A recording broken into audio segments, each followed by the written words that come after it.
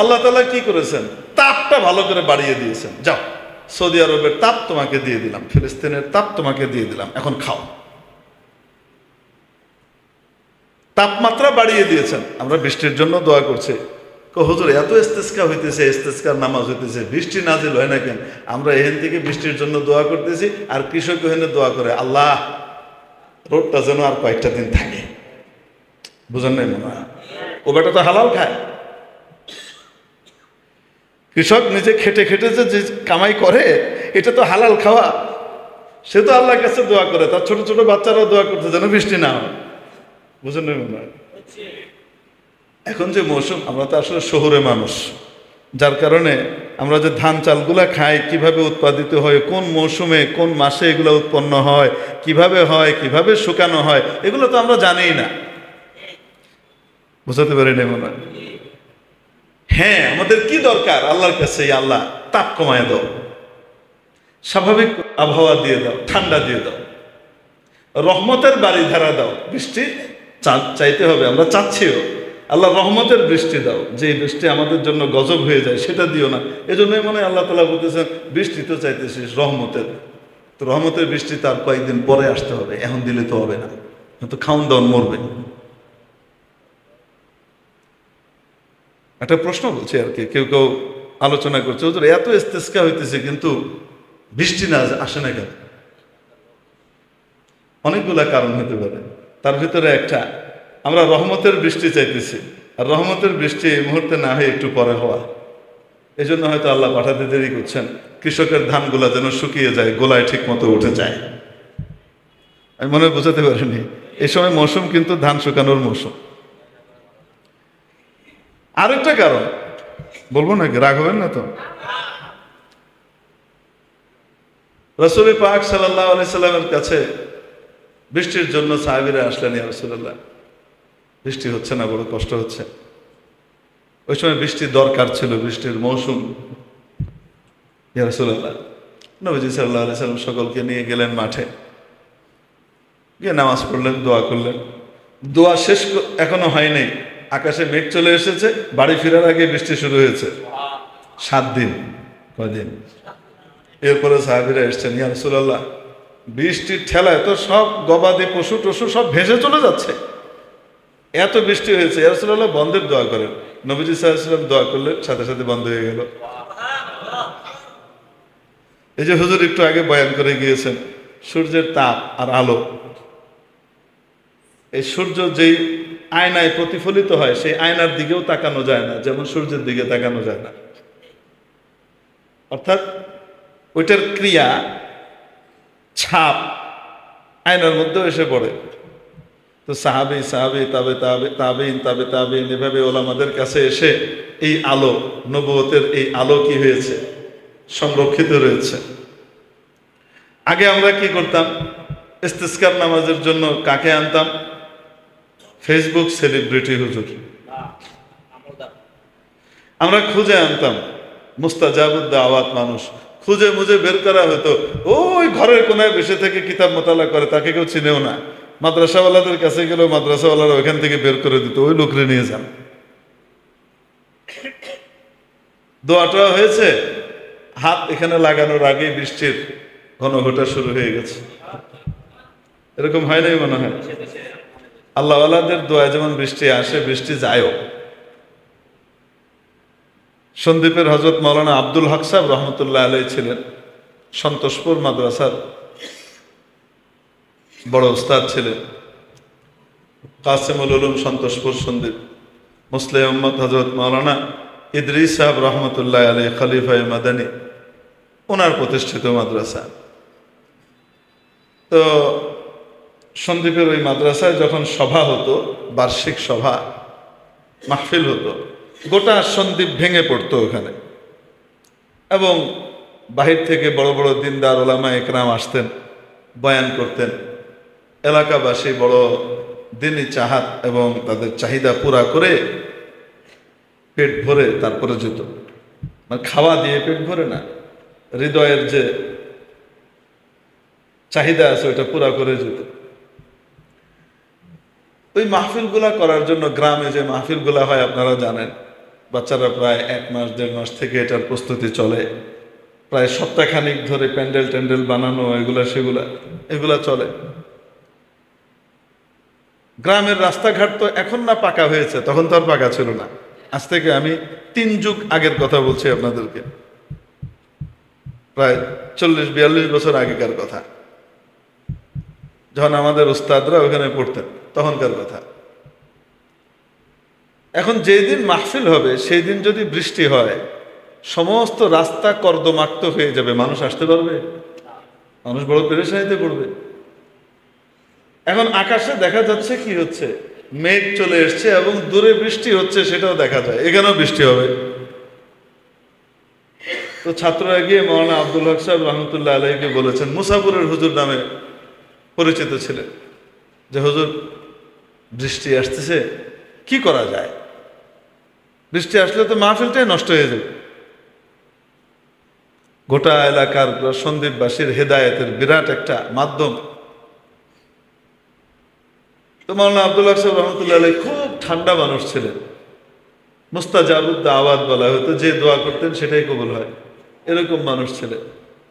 তো বের হয়ে এসছেন, বের হয়ে এসে আসমানের দিকে তাকিয়ে, গোটা আকাশ মেঘে ঢেকে আছে, সূর্য দেখা যাচ্ছে না, এদিক ওদিক দূরে দেখা যায় বৃষ্টি হচ্ছে। উনি হাত তুলে দোয়া শুরু করেছেন, ইয়া আল্লাহ,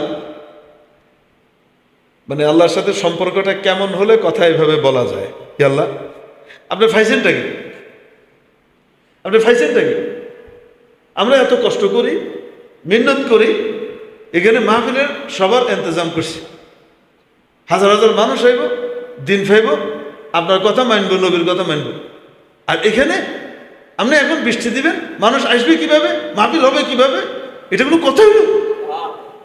আপনি এখন বৃষ্টি দিতেছেন, এখন বৃষ্টি বন্ধ করবেন, বৃষ্টি আসবে না। এই হাত তুলে আল্লাহর সাথে কথা কইতেছে, এখনো মুখে তার হাত মিলানো হয় নাই। মেঘ সরে গেছে, দূরে যেখানে বৃষ্টি হচ্ছিল সব সরে গেছে, একদম ঝলমলে রোদ চলে আসছে। কখন তোমরা খুঁজে পেতে বের করে আনতাম যে আল্লাহওয়ালা নেককার একজন, আল্লাহওয়ালাদের ভেতরেও আল্লাহওয়ালা আছে, মানে আল্লাহওয়ালা তো সবাই, এলেমওয়ালা আলেম মানে তো আল্লাহওয়ালা, কিন্তু তাদের ভিতরেও তো আরো আছে। ওই রকম লোক আমরা বেছে বেছে এনে তারপরে কি করতাম, ও কেউ জানতো না যে ইস্তেসকার নামাজ হইতেছে, যে এলাকায় হইতেছে তারাই জানে, অন্য জায়গার লোক জানেও না। বৃষ্টি কিন্তু সবাই পেয়ে যেত। আমাদের আলহামদুলিল্লাহ মাশাআল্লাহ, মানে কি যে বলবো, কাবা শরীফেও এই জিনিস হয়।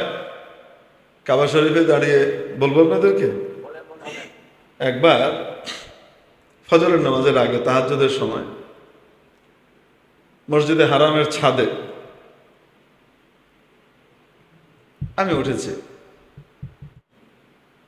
তো ওই সময় দেখি এক ভদ্রলোক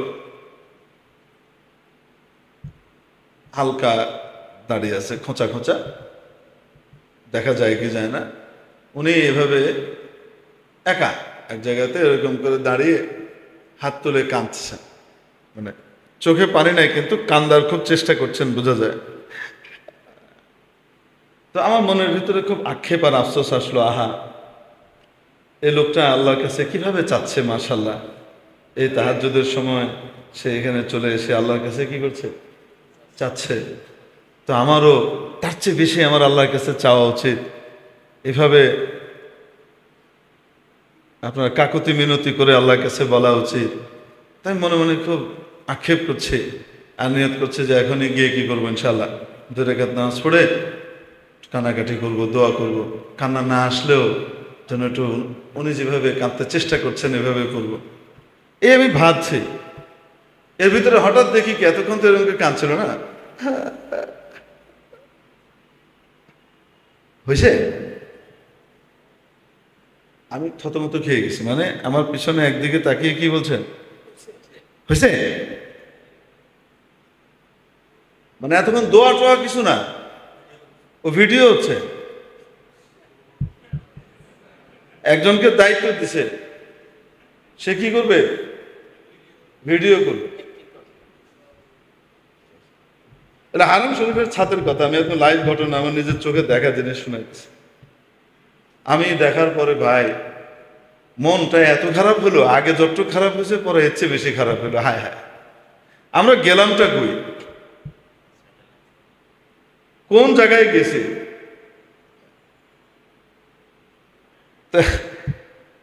আল্লাহ মাফ করে, আল্লাহ মাফ করে, আল্লাহ মাফ করে।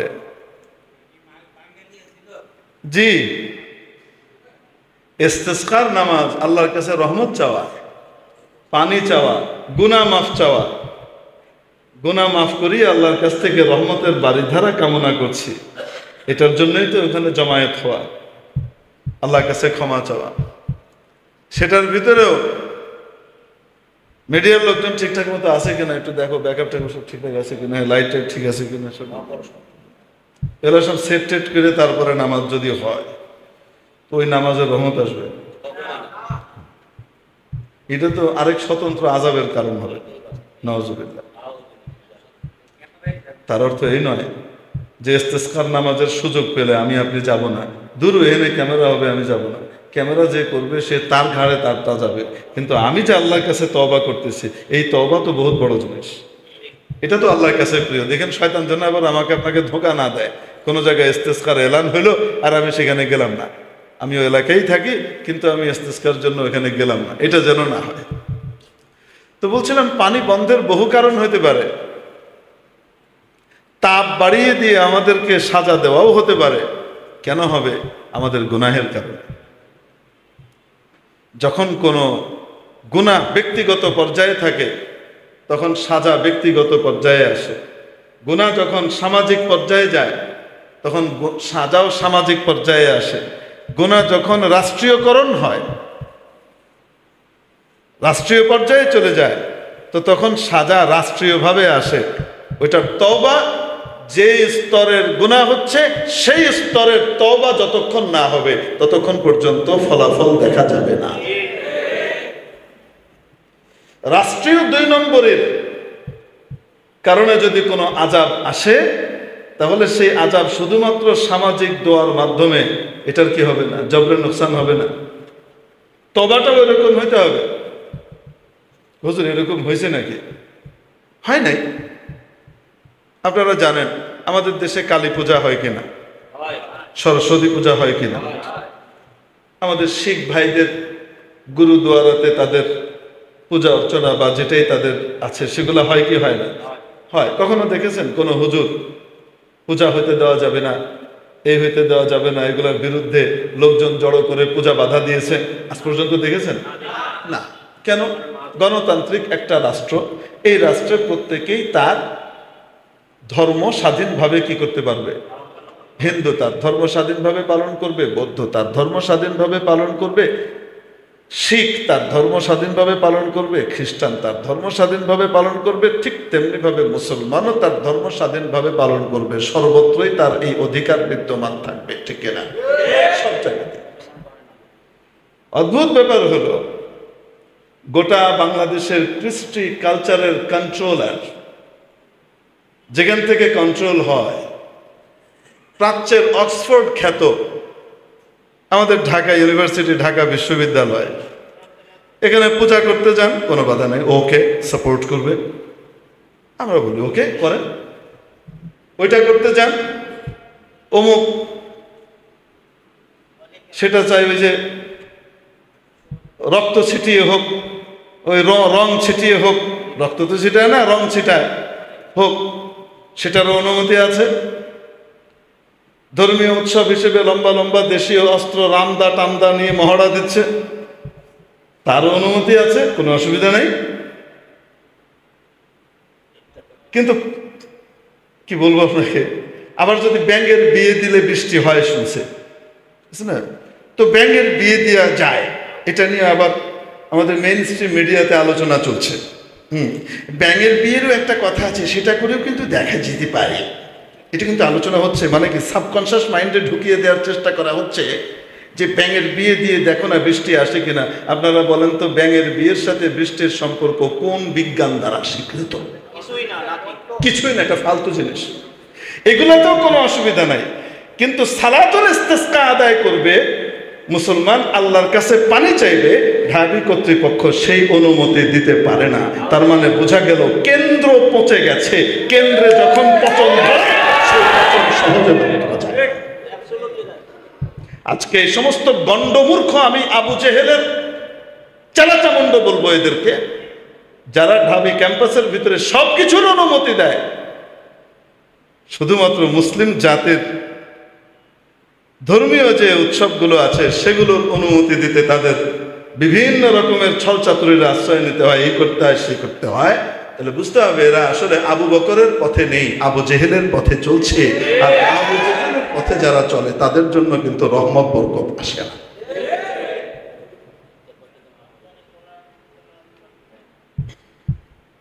আমি অন্যগুলো আর বললাম না। কিছু বাচ্চা ওইখানে তেলাওয়াত করার কারণে, ওরে বাপরে বাপ, কে তেলাওয়াত করলো, কারা করালো, তাদের নাম ঠিকানা পাঠাও জানতে চেয়ে আবার কলা অনুষদের অমুক কলা নিয়ে হাজির হয়েছে। এই কলা সেই কলা না, নাম দেন।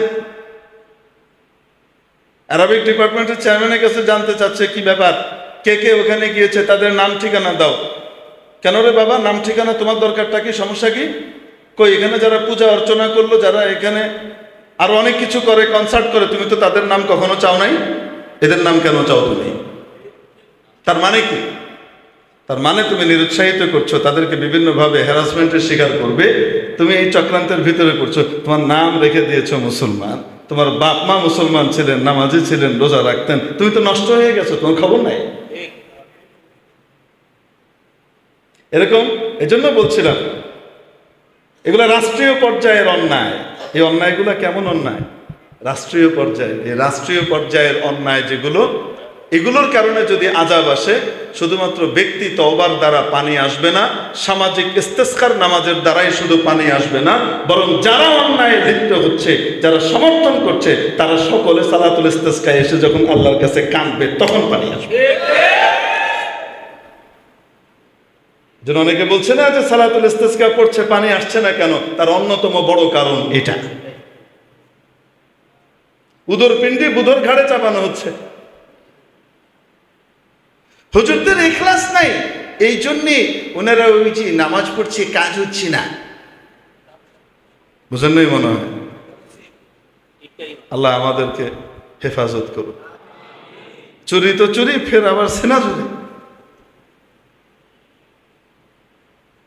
মেরে মুহতারাম দোস্ত, এই জন্য তীব্র এই প্রচন্ড দাবদাহ থেকে যদি আমরা মুক্তি পেতে চাই, এই মুক্তিটা আমাদেরকে দিতে পারেন একমাত্র কে? যাকাত যদি ঠিক মতো আদায় করা না হয়, আল্লাহ পানি বন্ধ করে দেন। যখন যাকাতওয়ালারা যাকাত বন্ধ করে, আসমানওয়ালা পানি বন্ধ করেন। এজন্যে শুধু দোয়া নয়, দোয়া তো করতেই হবে, তার পাশাপাশি কিছু পদক্ষেপও নিতে হবে। নাম্বার 1, সব রকমের গুনাহ থেকে আল্লাহর কাছে মাফ চাইতে হবে, সব রকমের গুনাহ। فَقُلْتُ اسْتَغْفِرُوا رَبَّكُمْ إِنَّهُ كَانَ غَفَّارًا يُرْسِلِ السَّمَاءَ عَلَيْكُمْ مِدْرَارًا وَيُمْدِدْكُمْ بِأَمْوَالٍ وَبَنِينَ وَيَجْعَلْ لَكُمْ جَنَّاتٍ وَيَجْعَلْ لَكُمْ أَنْهَارًا। আল্লাহ তাআলা নূহ আলাইহিস সালাম তার অনুসারীদেরকে, উম্মতকে যে কথাগুলো বলেছিলেন, সেই কথাগুলো আল্লাহ এই উম্মতের জন্য বহাল রেখেছেন। সে কথাগুলোকে এখানে কোরআন শরীফের ভিতরে ঢুকিয়ে দিয়েছেন, যেন আমরা এখান থেকে শিক্ষা পাই। উনি বলেছিলেন যে তোমরা আল্লাহর কাছে গুনাহ মাফ চাও, উনি মহা ক্ষমাশীল। তুমি কত গুনাহ করতে পেরেছো, যতই করে থাকো না কেন, কায়মন বাক্যে মাফ চাও, আল্লাহ মাফ করে দিবেন। যদি মাফ চাও তাহলে কি হবে জানো? আকাশ ভেঙে তোমাদেরকে বৃষ্টি দেবেন। ইউরসিলিস সামাআ আলাইকুম মিদরারা, পুরো আকাশকে পাঠিয়ে দিবেন বৃষ্টি দিবার জন্য। মানে গোটা আকাশ জুড়ে মেঘ আর মেঘ থাকবে। কত বৃষ্টি তোমাদের দরকার সেটা আল্লাহ দিয়ে দিবেন। বাচ্চা কাচ্চা বাড়িয়ে দিবেন, ধন সম্পদ বাড়িয়ে দিবেন, তোমাদের বাগ বাগিচা, তোমাদের ক্ষেত খামার ইত্যাদি সব কিছুকে তাজা করে দিবেন। কিসের মাধ্যমে? মাফ চাওয়া। এই জন্য আল্লাহর কাছে মাফ চাওয়া সব রকমের গুনাহ থেকে। 2, গুনাহ পরিত্যাগের নিয়ত করে দেওয়া। 2, গরিবের হক যদি নষ্ট করে থাকি, অন্যের হক যদি নষ্ট করে থাকি, সেই হক নষ্ট বন্ধ করতে হবে। এই কারণেও উপর থেকে পানি বন্ধ হয়ে যায়। লেনদেনের মধ্যে যখন মানুষ 2 নম্বরই করে, মালিক সময় মতো তার কর্মচারীর বেতন দেয় না, ঘুরায়, অথবা কর্মচারী মালিকের কাছ থেকে বেতন তো ঠিক মতো বুঝে নেয় কিন্তু কাজে ফাঁকি দেয়, কাজ ঠিক মতো করে না, এই 2 কারণেও আল্লাহ পানি বন্ধ করে দেন। বুঝাতে পেরেছি? লেনদেনের পবিত্রতা, পরিচ্ছন্নতা অত্যন্ত গুরুত্বপূর্ণ। ইসলাম শিখিয়েছে শ্রমিকের অধিকার। ইসলাম শিখিয়েছে, রাসূল সাল্লাল্লাহু আলাইহি ওয়াসাল্লাম শিখান শ্রমিকের সাথে, মানে দিনমজুর সে কাজ করেছে, তার গায়ের ঘাম এখনো শুকায়নি, তার শুকানোর আগে আগে তুমি তার পারিশ্রমিকটা দিয়ে দাও। অর্থ হলো যেটা তার জন্য ধার্য করা হয়েছে, তার কাজ শেষ, সাথে সাথে তার যথাসময়ে তার প্রাপ্য তাকে কি করে দাও, বুঝিয়ে দাও। এটা ইসলামের শিক্ষা। গরিবের হক, তার জিনিসটাকে দিয়ে দেওয়া। যদি দিন মজুর হয় তো দিনে দিনে, যদি সাপ্তাহিক হিসেবে বেতন হয় তো সপ্তাহ শেষ হওয়ার সাথে সাথে যখন তার দেবার, যদি মাস হিসেবে বেতন ধার্য হয়, মাস যখন শেষ হবে তার সময় শেষ হবে, সময় শেষ হওয়ার আগে আগে তার জিনিস দিয়ে দাও। ইসলাম শেখায়। আমরা তো তাই করি, কি বলেন আপনারা? গার্মেন্ট ফ্যাক্টরিগুলোতে তো মাশাআল্লাহ সময়ের আগে বেতন দিয়ে দিচ্ছি আমরা। হ্যাঁ, দিয়ে দিই তো আমরা, নাকি? আলহামদুলিল্লাহ, অনেকে দিয়ে দেন এবং অনেকে কি করেন না, দেন না, যার কারণে অনেক সময় শ্রমিকরা রাস্তায় নেমে আসে, আমরা সেটাও দেখতে পাই, নাকি দেখি নাই? দেখি আমরা। তো তাহলে পানি বন্ধের জন্য কারা দায়ী? এই পাজেরো আর নিশান পেট্রোলে দৌড়ে বেড়াচ্ছি, হ্যাঁ, আমিও তো দায়ী হতে পারি, তো আমারও তো মাফ চাইতে হবে। কাম করি আমি, আমার কারণে বন্ধ হলো, আর মাফ অন্যরা চাইলো, তাহলে হবে না? সবাই মিলে যেতে হবে। ওয়াতুবু ইলাল্লাহি জামিআন আইয়ুহাল মুমিনুন লাআল্লাকুম তুফলিহুন। ও ঈমানদাররা, সবাই মিলে মাফ চাও, সবাই মাফ চাও। জুমার দিন আমাদের এখানে যেই পরিমাণ মুসল্লি হয়, ফজরের নামাজেও যেদিন সেই পরিমাণ মুসল্লি হবে, সেই দিন ইসলামের বিজয় কেউ ঠেকিয়ে রাখতে পারবে না। সেদিন দোয়া করে পানি আনা লাগবে না, দোয়া করার আগেই আল্লাহ চাহিদা মতো যা যা দরকার তা পৌঁছে দিবে। তো নামাজের পাবন্দির দরকার আছে না নাই? হাদিস শরীফের মধ্যে এসেছে, হযরত মুআজ ইবনে জাবাল রাদিয়াল্লাহু তাআলা আনহু বলেন যে রাসূলুল্লাহ সাল্লাল্লাহু আলাইহি ওয়াসাল্লাম আমাকে 10টা নসিহত করলেন, তার মধ্যে একটা বলছে, লা তাতরুকান্না সালাতাম মাকতুবাতাম মুতাআম্মিদান। কোন ফরজ নামাজকে ইচ্ছাকৃতভাবে কখনো ছেড়ে দিও না। কেন? ফাইন্নাহু মান তারাকা সালাতাম মাকতুবাতাম মুতাআম্মিদান বারিআত মিনহু যিম্মাতুল্লাহ। কারণ যে ব্যক্তি কোন এক ওয়াক্ত নামাজ, ফরজ নামাজ ছেড়ে দেয় ইচ্ছাকৃতভাবে, আল্লাহ তাআলার দায় দায়িত্ব থেকে সে বেরিয়ে যায়, তার ব্যাপারে আল্লাহর কোনো দায়িত্ব নাই। কি বোঝা গেল? 5 ওয়াক্ত নামাজ যদি আমরা যথাযথভাবে প্রত্যেকেই সময় মতো আদায় করি, ইনশাআল্লাহ তাআলা আমরা কার দায়িত্বে থাকবো? আজকে যদি মাননীয় প্রধানমন্ত্রী আপনাদেরকে এসে বলেন, এই অঞ্চলে ইডেন মসজিদের এলাকার যারা আছি তাদের সবকিছু দেখাশোনার দায় দায়িত্ব আমার, সব বাড়িতে বসে থাকবে, না টেনে ঘুমাবে, কোনো অসুবিধা নেই, সব দায় দায়িত্ব নিয়ে নিছেন, বলেন না কেন? ঠিক কিনা? কত নিশ্চিন্ত হয়ে যাবে। আর নামাজের মাধ্যমে আমার আপনার রিজিকের দায় দায়িত্ব কে নিয়ে নিচ্ছেন? আমার আপনার সমস্ত সমস্যা সমাধানের দায় দায়িত্ব কে নিচ্ছেন? আল্লাহ নিচ্ছেন, রাজা ধীরাজ রব্বুল আলামিন নিচ্ছেন। তাহলে নামাজ নষ্ট করার সাথে তাপের কোনো সম্পর্ক নাই? বলেন না কেন? তাহলে এই তাপ দূর করবার জন্য সর্বত্র নামাজ প্রতিষ্ঠার দরকার আছে। এটার জন্য কয় লক্ষ টাকা, কয় কোটি টাকা আমাদের রাষ্ট্রীয় রাজস্ব থেকে বরাদ্দ দেওয়া আছে, আপনারাই জানেন। কি বলেন আপনারা? আছে তো বরাদ্দ, মাশাআল্লাহ। নামাজ প্রতিষ্ঠার জন্য, নামাজের প্রতি উদ্বুদ্ধ করবে, কেউ নামাজ না পড়লে আযাব আসতে পারে, এই জন্য তাকে, তার আযাবে সকলেই ভুগবে। হাদিস শরীফের মধ্যে এসছে, একজন বেনামাজের কারণে আশপাশের 40টা বাড়ি থেকে রহমত আর বরকত উঠিয়ে নেওয়া হয়। হ্যাঁ, সেই ব্যক্তি বেঁচে যায় যেই ব্যক্তি বেনামাজিকে নামাজি বানাবার জন্য মেহনত করে, চেষ্টা করে। আল্লাহ তাআলা তাকে কি করেন? বাঁচিয়ে নেন, নতুবা এই আযাব চারিদিকে আসে। আমার আপনার আশপাশে বেনামাজি নাই তো? আমার আপনার ঘরে বেনামাজি নাই তো? তাহলে আমরা কতজন সচেষ্ট হয়েছে? মেরে মুহতারাম দোস্ত, এই জন্য আল্লাহ তাআলার দায়িত্বে নিজেকে সঁপে দেওয়ার সবচেয়ে বড় মাধ্যম হলো নামাজের পাবন্দি। আল্লাহ তাআলা আমাদেরকে নামাজের পাবন্দি করার তৌফিক দান করেন। একটা একটা করে খুলে খুলে বলতে গেলে কতগুলা বলবো।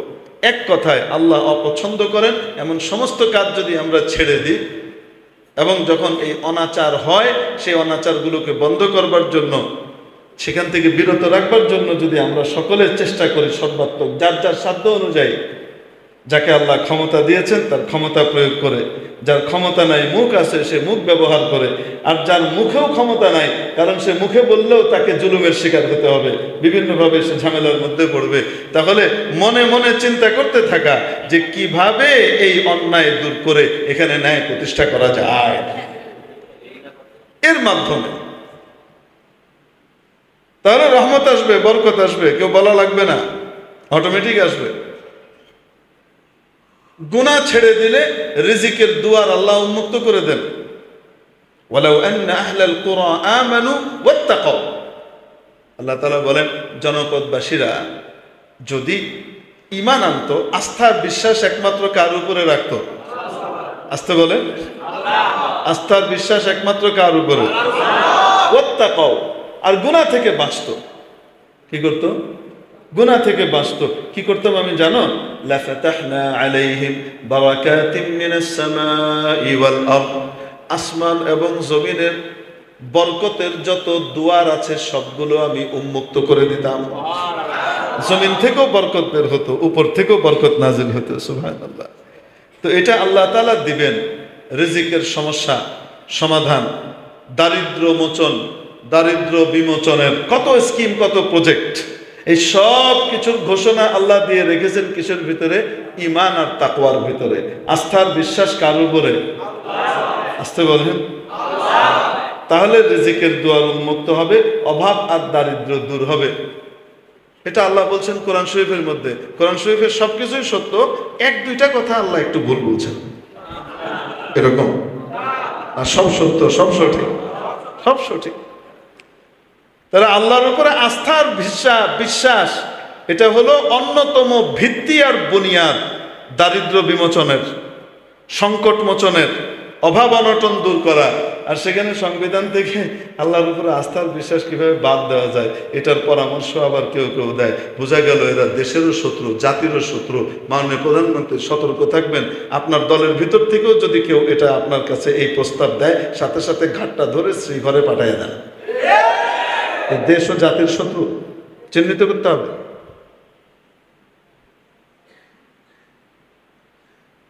ওয়াত্তাকাউ, আর গুনাহ থেকে বাঁচত। তাহলে ঈমান এবং তাকওয়া, যেমন গুনাহ, কিছু গুনাহ আছে হ্যাঁ বাচক গুনাহ, চুরি করা গুনাহ, মিথ্যা কথা বলা গুনাহ, ধোঁকা দেওয়া গুনাহ, এরকম ভাবে মানুষকে ঠকানো ইত্যাদি গুনাহ আছে না নাই? এগুলা যেমন গুনাহ।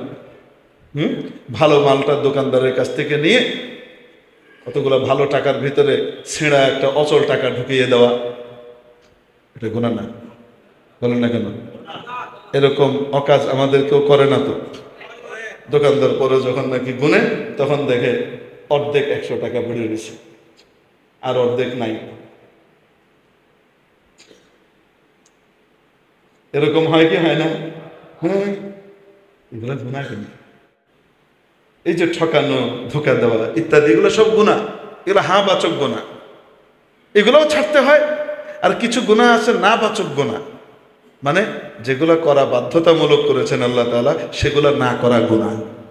যেমন নামাজ না পড়া গুনাহ, রোজা না রাখা গুনাহ, এমনিভাবে মা বাবার খেদমত না করা গুনাহ, মা বাবাকে কষ্ট দেওয়া হ্যাঁ বাচক গুনাহ। এই সব রকমের গুনাহ যদি ছেড়ে দিই, ইনশাআল্লাহ তাআলা রহমতের বারিধারা আমাদের উপরে বর্ষিত হবে। একটা কথা আপনাদেরকে বলি, ঢাকা শহরে তো আর ফসল হচ্ছে না, ফসল হচ্ছে কোথায়? ওই হাওড়ে, সুনামগঞ্জে, ময়মনসিংহে, বিভিন্ন জায়গাতে, দূরে দূরে, ঠিক না? তো দাবদাহ তো ঢাকাতেও আছে, ওখানেও আছে।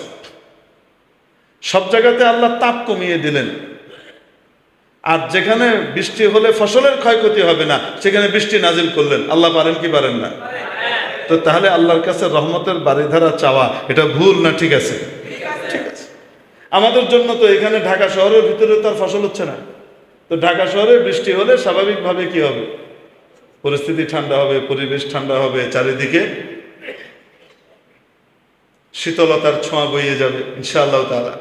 আল্লাহ তাবারক ওয়া তাআলা আমাদেরকে এই সব রকমের সংকট আর সমস্যার সমাধান কার কাছ থেকে নেবার? আল্লাহর কাছ থেকে নেবার তৌফিক দান করেন। সকল কাজে ইখলাস এবং লিল্লাহিয়ত নসিব করেন।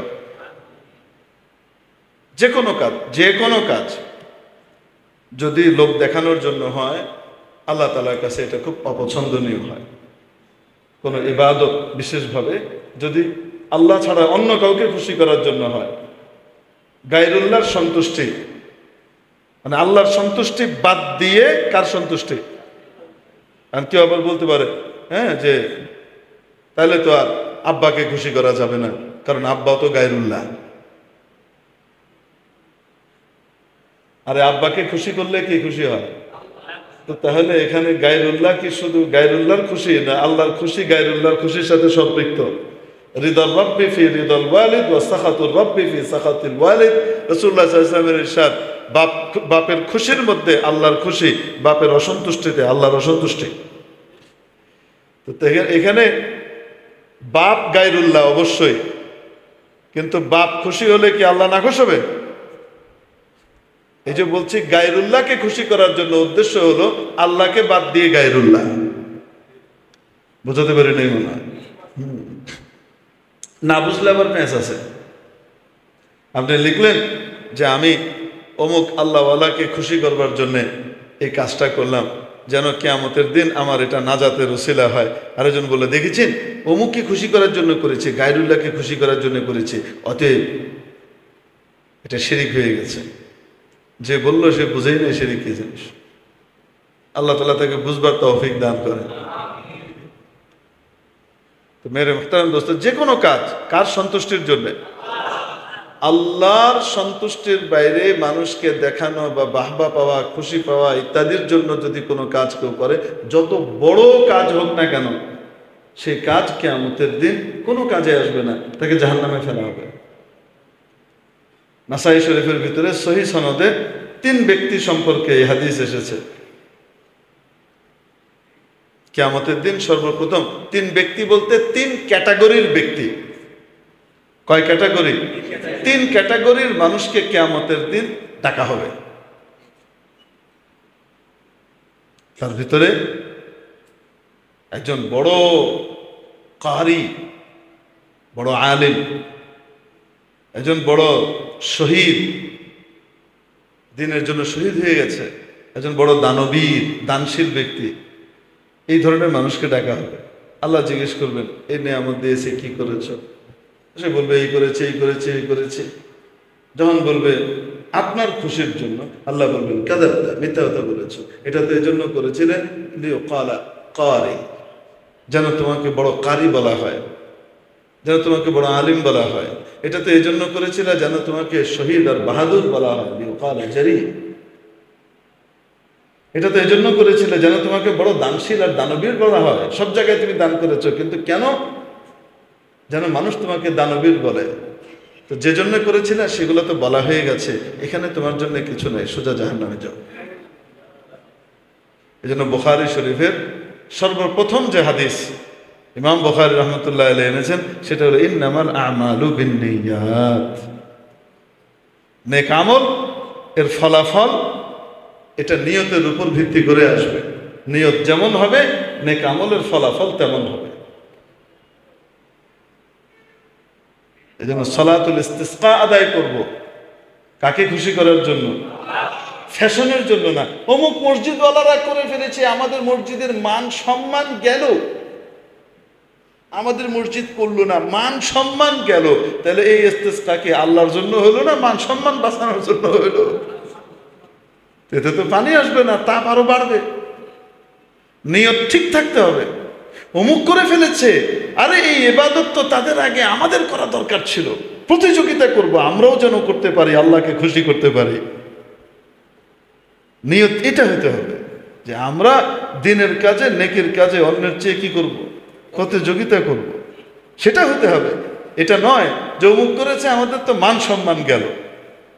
মুসল্লিরা কি বলবে?